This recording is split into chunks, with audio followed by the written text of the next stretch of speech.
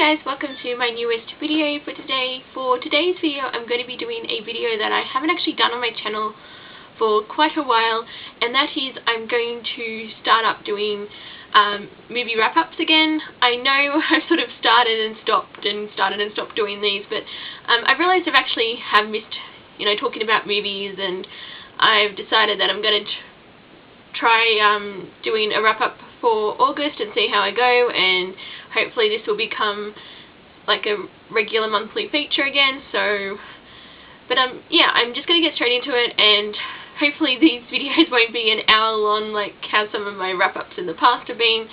But yeah, so basically this month I ended up watching 19 movies. 6 of them were films that I'd previously seen before, because this year I've started trying to watch more new to me films, so instead of just like rewatching a lot of old movies like that I've seen multiple times, trying to discover like new films, and so far I've been doing pretty well. So, and I think this month ended up being a pretty decent month for new to me films. So I'm just going to get straight into it before I start rambling. And the first stack that I'm going to talk about are the movies that I've previously seen. Most of these are actually part of franchises, because each, well, not necessarily each month, but I like to alternate between movie franchises. So like 1 week, or like even say I'll watch, say, work my way through 2 different franchises at a time. So yeah, and then just alternate until I actually finish it, and then I'll start up a new franchise and so on.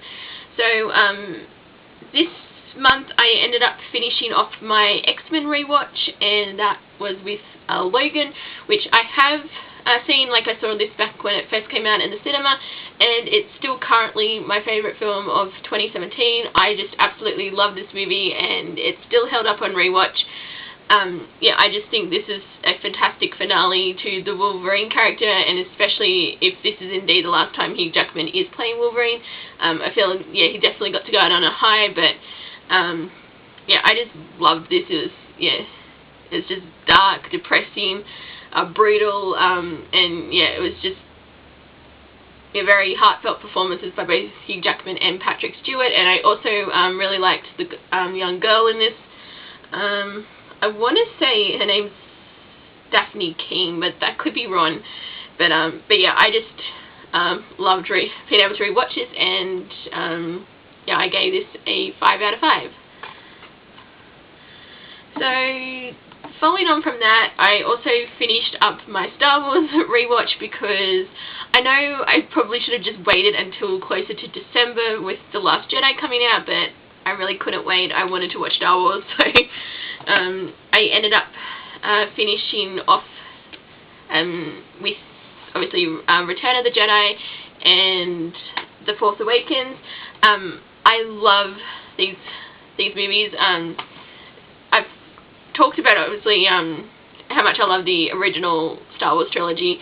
It's among my favourite films of all time, and so yeah, I'm not going to go into too much detail about Return of the Jedi. I know some people have problems with it, like with the Ewoks and that, but I've always loved this. It's not my favourite of the trilogy. For me, Empire Strikes Back's my favourite Star Wars movie, but I feel this does, like Return of the Jedi does a good job wrapping everything up in and that. So, but yeah, I just love Star Wars, and I love yeah, the original trilogy. And yeah, so I finished Return of the Jedi, which of course gets a 5 out of 5 stars. And then what's now my second favourite Star Wars movie, and that is The Force Awakens, which was my favourite movie of 2015, and I can't wait for The Last Jedi in December. But yeah, I just thought this was, I don't know, it's sort of, I just loved everything about it. I know it's gotten its criticisms, and I can understand why people would have an issue, since it, essentially is a retread of A New Hope, but I still loved, the like seeing Star Wars on the big screen again. I just sort of loved the introduction of, like, you know, we had like the new characters with Rey and Finn, and then we also brought back like, you know, the older characters like Han Solo and Princess Leia, and which also I should also point out, rewatching Star Wars since Carrie Fisher's passing is sort of a bit more I guess heartbreaking is probably the word. It's just sort of, you sort of watch it and then you're like, oh, just it sort of feels weird just watching Star Wars like again, but I just love still have like the mix of new and old, and I just love this film, and as I said, can't wait for The Last Jedi in December. So, and of course, Force Awakens gets again 5 out of 5 for me. So, and then I don't know if this necessarily counts as a franchise, but there are 2 films in this series, and that is Independence Day and Independence Day Resurgence. I know a lot of people hated on Independence Day Resurgence, but I honestly didn't have that much of an issue with it. I mean, obviously it wasn't as good as Independence Day.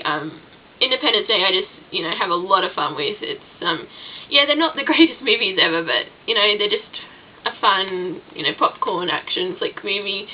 And I actually thought, Independence Day Resurgence was an interesting, I guess, follow-up from the first one. I mean, you could argue it was unnecessary, but I don't know if, because obviously where they finished it off with the second one, it was like left wide open for a third one, but I don't know if that's ever going to happen, because I haven't actually heard anything about them doing a third one. So, but I just enjoy these films. They're just, you know, fun, easy watches. So Independence Day gets 4 out of 5 stars, and Independence Day Resurgence gets 3.5 out of 5 stars. So, and then we move into the one film that I rewatched that wasn't part of a series, and that is Danny Boyle's Sunshine.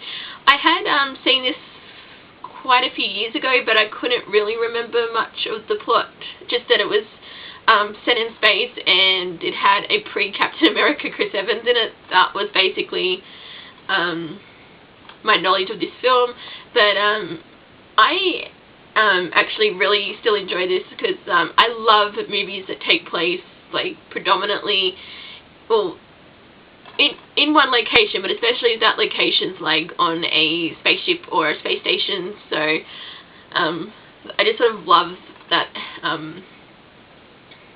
like that whole atmosphere. And I also so I thought this one was a pretty interesting watch, like, again, now that, like, revisiting it, because you know, like, I'd forgotten so much of the detail, but I thought, I just thought this was a really interesting sci-fi movie, and I thought that I liked the minimal setting. I thought the plot was like fairly interesting. No, I said that again, but just like with, you know, trying to save the planet because the sun's dying, and I just thought it was a really well done film. So I ended up giving Sunshine 4 out of 5 stars. And then we have one movie from my collection that I watched for the first time, and that is Howard the Duck. I've been curious to check this film. I've been curious to check this film out since I know it's considered like to be one of the worst films. And I know pretty much the entire cast has disowned this movie. I will say, watching it, for me, this is sort of the example of a film that's, like, so bad it's good. Just because, like, I just actually had a lot of fun with this. I mean, yes, it's not the greatest movie ever made, but, you know, I thought it was really entertaining for what it was, and, you know, it was a fun way to fill in a couple of hours. So, and I can probably see myself rewatching this at some point in the future. So like, it wasn't sort of one of those films where it's like, oh, I'm never going to see this movie again.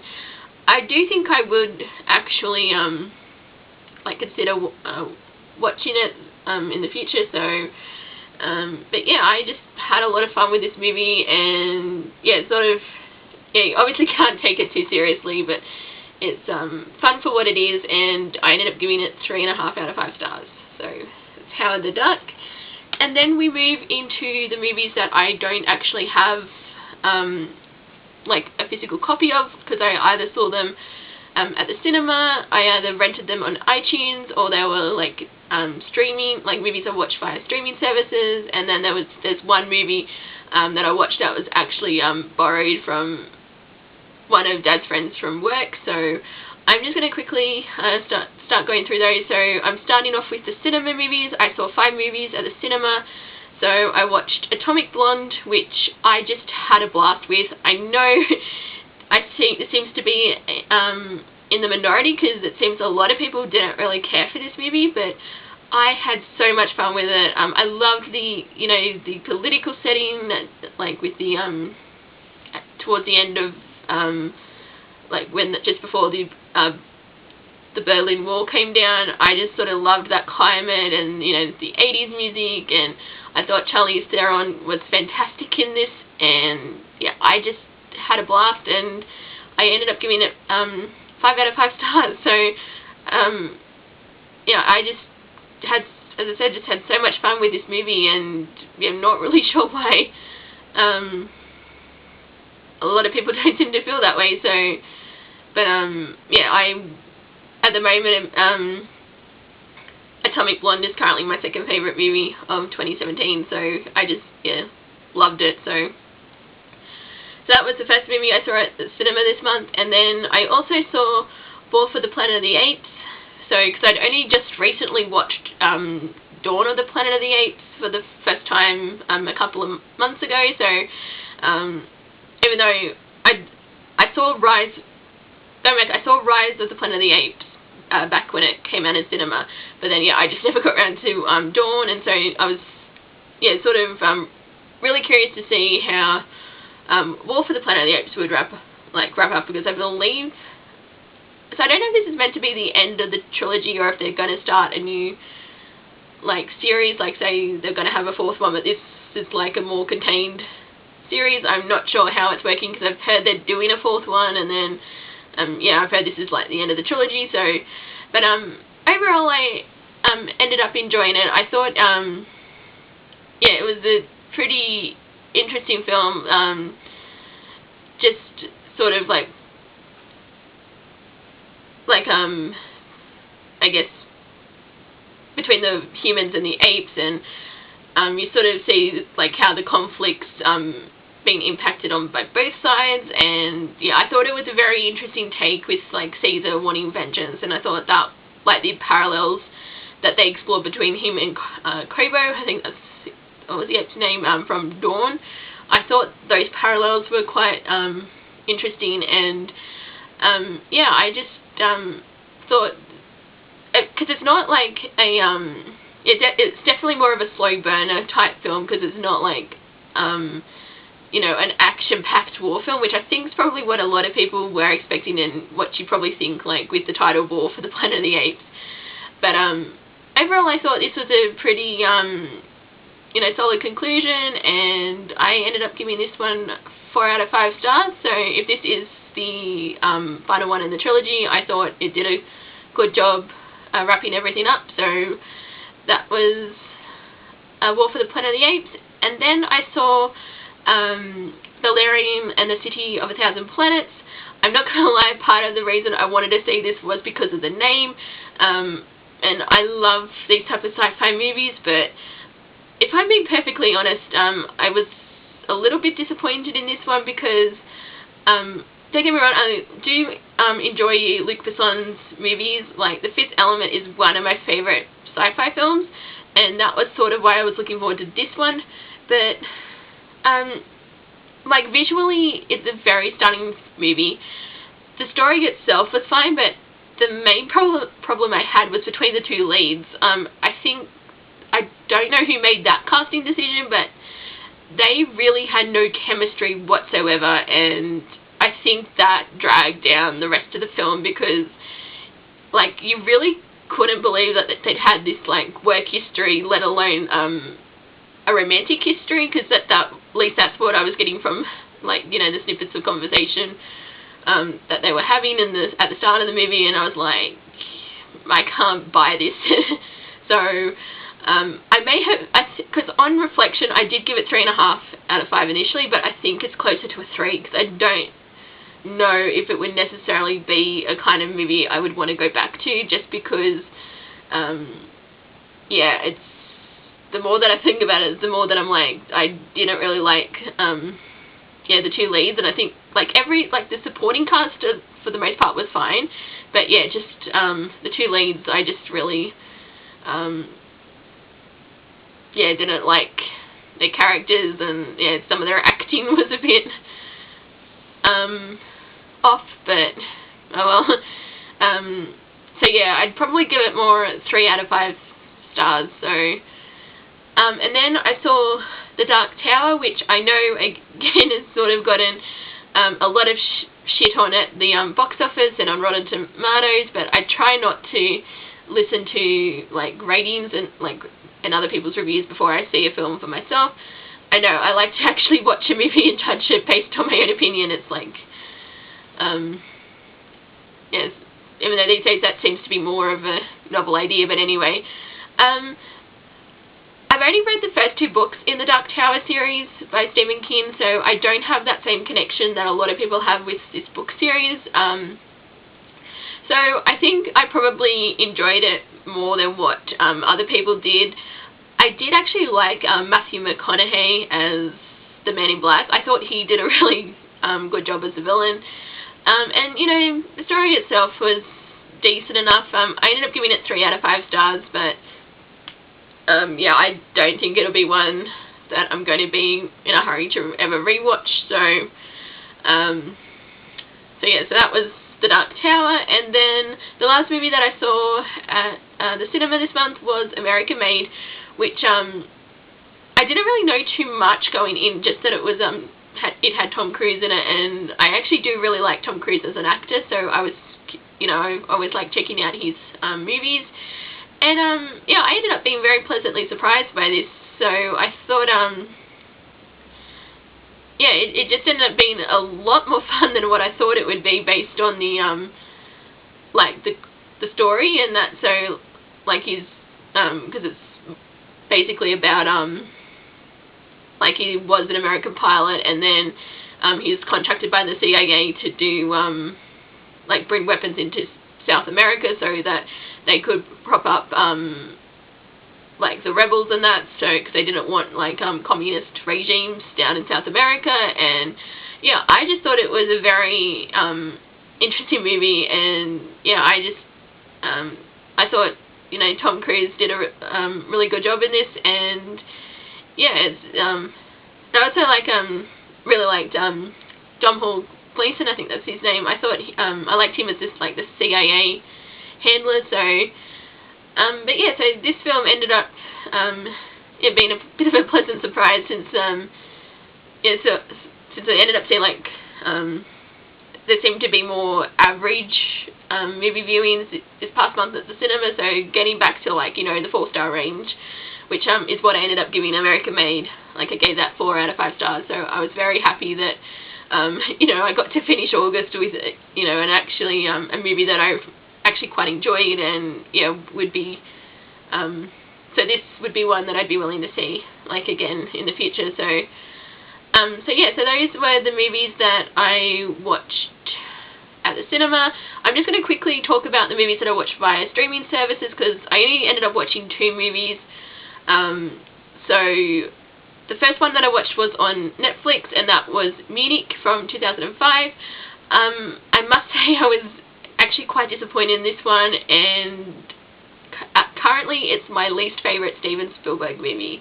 I wanted to see this because, well, as I mentioned, it was by Steven Spielberg, and also because it was one of the films that were nominated at the Academy Awards, and I was watching it, and then I'm like, I know the Academy loves Steven Spielberg, but even this movie isn't, like, wouldn't be one that I'd necessarily consider, you know, for an Academy Award nomination, because I just thought, based on the premise, that it would be like this, you know, fast-paced, like, political revenge style film, and it really wasn't that at all. It was just, there's, I don't know, it just wasn't how I pictured it, and I think because of, even though long films don't generally bother me that much, I thought for the length of the film, it could have easily had 40 minutes cut out of it. That's just my personal opinion, because, I will say I'm glad this was a Netflix film, because I gave it 3 out of 5 stars, so, you know, I have no desire to rewatch that movie. And then the other movie that I also watched by streaming services was on Stan, which is an Australian streaming service, and I watched Hair, which is from 1979 and is based on the Broadway musical. Yeah, this had been a movie I'd been wanting to see for a while, because I do actually quite enjoy the music. I've never seen the stage show, because I understand that the movie changed the ending from the actual, like, the actual stage musical. But, yeah, this was a really weird film. I knew I was, like, a bit about what it actually was about, because, like, you know, you had the Vietnam War going on, you had sort of, like, the, I don't know what you call it, it's sort of, like, it was basically that type of era, so you had, like, you know, everyone was like, give peace a chance, and, you know, into drugs and things like that, and I thought Tommy was the weirdest movie that I'd seen, but I think this one is pretty close. Yeah, I liked, as I said, I liked the music and the songs, but the actual story was rather bizarre, since I'm pretty sure everyone actually was on drugs when they were doing this. So, I'm curious to check out the stage show, but I don't think I'd be rewatching the movie anytime soon. So, yeah, I was sort of, cause, yeah, so that one was a bit disappointing, but, yeah, as I said, music was good, actual story I just wasn't that into, so, even though I will say the ending actually, got to me a bit, because I was like, if you've seen it, you'll know the ending that I'm talking about, because after that I read that it got changed, and then I was like, everyone was talking about how emotional the stage version is, and then I was like, oh, if I was getting, like, you know, feels from just that ending, I was like, I don't know how I'd cope seeing it actually on the stage, but, anyway, that was Hair, and I gave that one 3 out of 5 stars. And then I watched, or I rented 4 movies via iTunes, so, because I've started really getting into renting movies, which is something I never thought I'd see again following, like, after, you know, rental stores and that, but I've been really enjoying being able to actually rent movies from iTunes, because then it sort of makes me a bit more selective with what I see at the cinema, because then I can be like, oh, I can just wait till it hits iTunes and rent it, so, and then if I like it on iTunes, I'll go out and, like, buy it later on. So the first movie that I ended up seeing is, again, a movie that a lot of people didn't really seem to like, and that was Life, which came out earlier this year. I had been planning on seeing Life at the cinema, but it came out the same week that Power Rangers and Beauty and the Beast did, and, like, I was seeing Power Rangers and Beauty and the Beast, so I ended up just sticking to those two.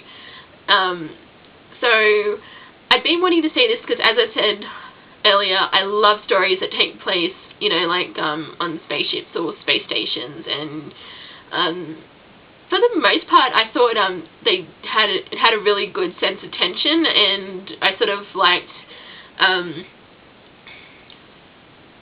yeah, I thought it was an interesting concept, like, you know, with this killer, I guess, mechanism that they, or like it starts off as a like a small specimen that they find on Mars, and then it sort of turns into this killer creature, and I thought that aspect of it was quite interesting. And I know, yeah, obviously it's got its alien inspiration that it, you could definitely see those influences, and obviously they were probably hoping to set up for a yeah, like a sequel, but I don't,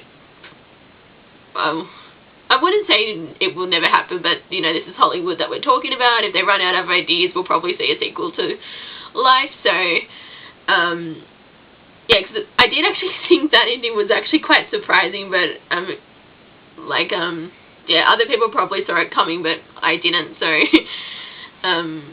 yeah, that twist, I found a bit surprising, but, overall, I thought it was, pretty decent for what it was. I did give it 3.5 out of 5 stars, and I will probably end up adding it to my collection, because I thought, you know, for a space horror, it was, pretty decent, but, I mean, yeah, it has, obviously nowhere near as good as, like, you know, films like Alien and Aliens, but, you know, I still enjoyed it.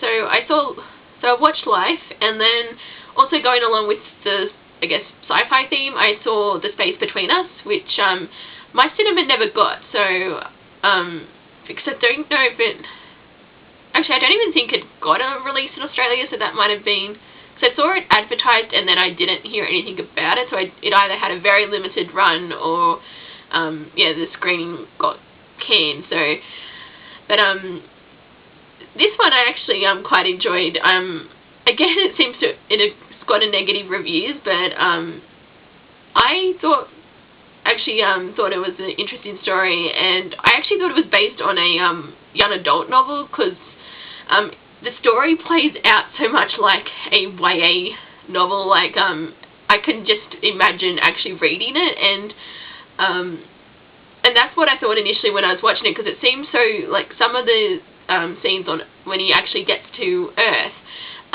they just seemed very rushed, and it felt like they picked and chose moments from, like, you know, a book, and then I read it actually wasn't based on a book, so I don't know if that's necessarily a good thing if it reminded me of a YA novel, but on the whole, like, it's, aside from, like, some, yeah, the time, like, the running time, because I feel like they probably could have added some, like, it could have been a bit over 2 hours, but on the whole, I thought the story was fine. Yeah, because as I said, I, you know, love stories that take place in space, and this is about a boy who was born, like, he's the first human born on Mars, and because no one knew that his mother was actually pregnant when she left on, like, you know, this human, one of the first, I think it was the first human expedition team to actually make it to Mars, and it's basically about this, he's trying to find out the identity of his father, like, while because he's grown up on Mars, so he's got a, like, so he's grown up in a very different environment, and he wants to come to Earth, but everyone's like, oh, you won't survive being on Earth because of the atmosphere and that, but he decides he still wants to do it, and then he sort of has this friend he's been emailing, like a high school student on Earth, so he sort of meets up with her, and then you know, she helps, like, they try and figure out who, like, his father is, and, you know, I thought it, yeah, as I actually quite ended up enjoying this movie, and I gave it 4 out of 5 stars. So then I ended up getting a couple of 99-cent movie of the week, and the first one was Light Between Oceans, which I'd heard mixed things about, but I do really like Michael Fassbender, and I will probably see just about any movie that he does, and I thought this story was actually not as bad as what I was expecting. I haven't read the book, so I probably, if I'm being honest, I probably won't read it. But I actually liked the you know, again, this is sort of one of those like minimal settings, and it's like small town coastal community, and like and yeah, it's because I liked like Michael Fassbender and Alicia Vikander. I'm not sure how you pronounce her name. I thought they worked really well together, and yeah, it's like you could definitely feel for them, like with the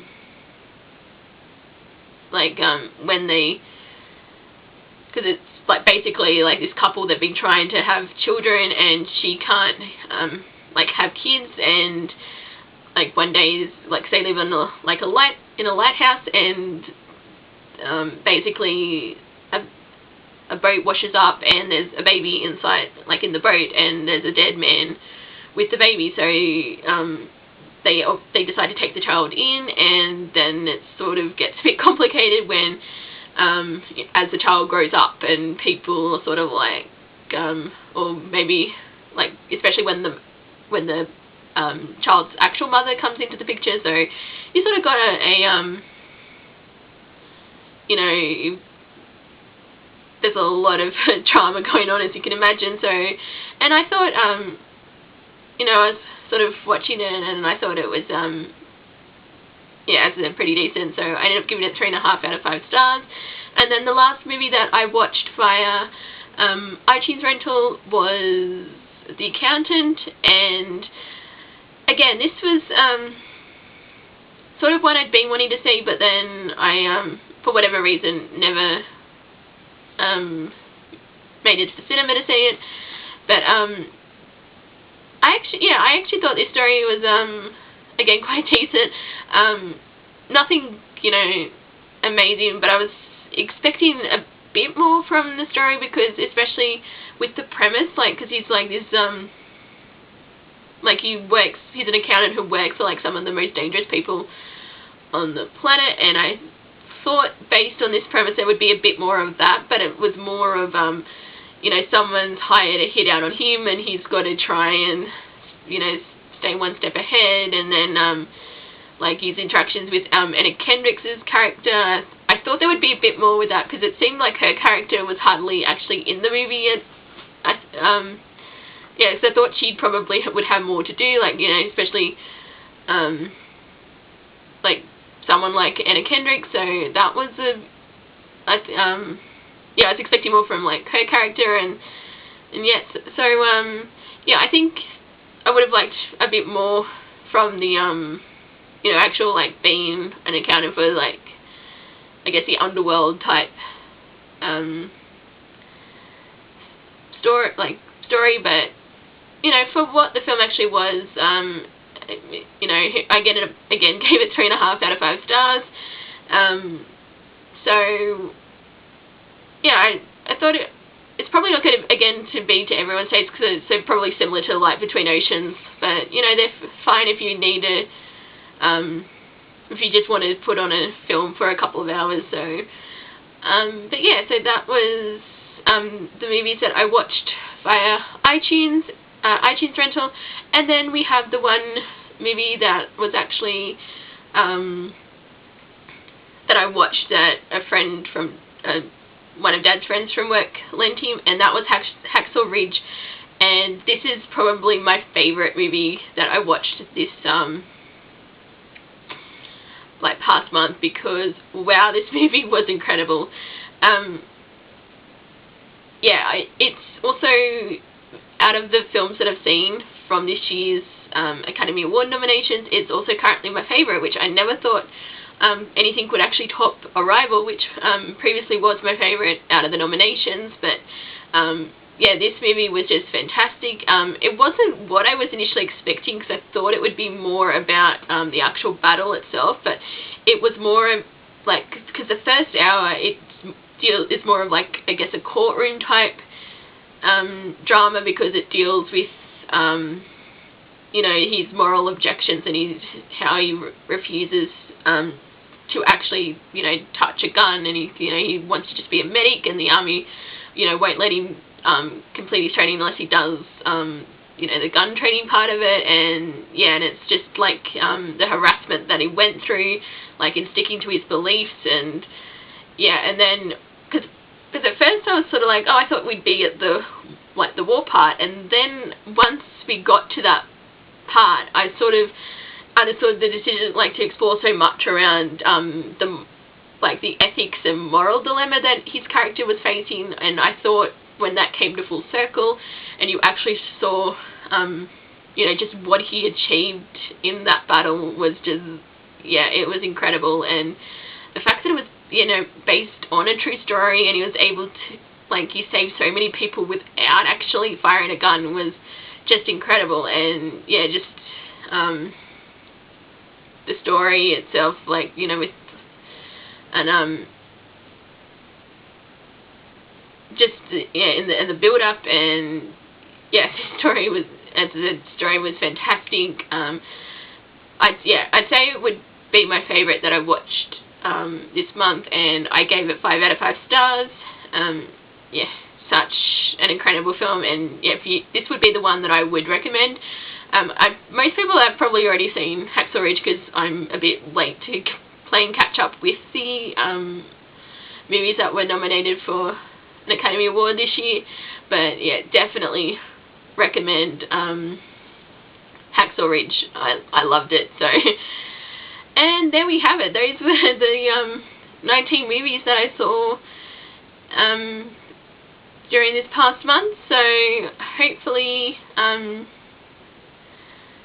well, actually I was going to say it's next month, but I think I've got quite a lot coming up in September, so I don't know if I'll necessarily be able to watch as many movies, but hopefully there'll be a bit more higher rating movies this for next month, because I just feel, with the exception of the movies that I actually rewatched and I know I already loved, there were a lot of 3-star and 3.5-star movies, which, I mean, 3.5-star for me is pretty good, like, because it 3.5 and above is pretty much, I would want to rewatch it again, but like 3-star and obviously down, which that is, I wouldn't really want to watch again, if I make any sense. But so I'm just going to stop it here. Hopefully if you've made it to this point, since I feel like it's been a while, so hopefully I will get, like, one day I'll learn how to actually be a bit more concise with my videos, but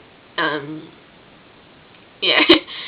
So I'm just going to stop it here, and thank you guys for watching, and until my next video, I will see you guys next time. Bye!